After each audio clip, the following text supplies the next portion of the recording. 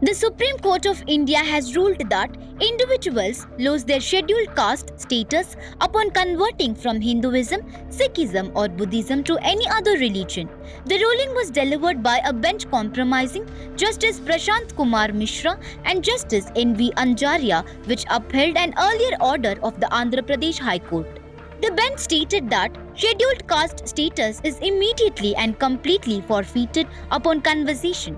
The court observed that no statutory benefit, protection, reservation, or entitlement under the constitution or laws can be claimed by individuals who are no longer considered members of a scheduled caste. A case arose after Chinthada Anand, a pastor who had converted to Christianity, filed a criminal complaint invoking the Scheduled Castes and Scheduled Tribes Prevention of Atrocities Act, alleging assault and threats over caste-related disputes.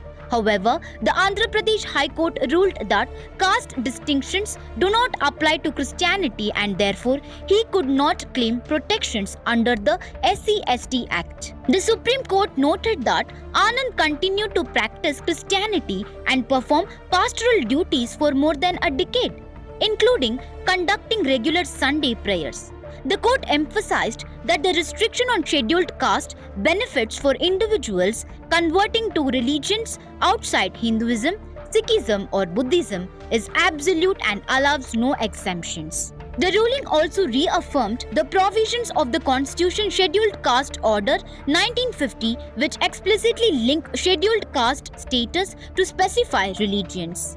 The court clarified that conversion to any other faith without reconversation or acceptance back into the original community automatically disqualifies individuals from SC entitlements, including reservations and legal protections. The bench further observed that a person cannot simultaneously profess and practice a religion other than those specified in Clause 3 of the Constitution Scheduled Castes Order 1950, reinforcing that scheduled caste status is tied to religious identity as defined under the law.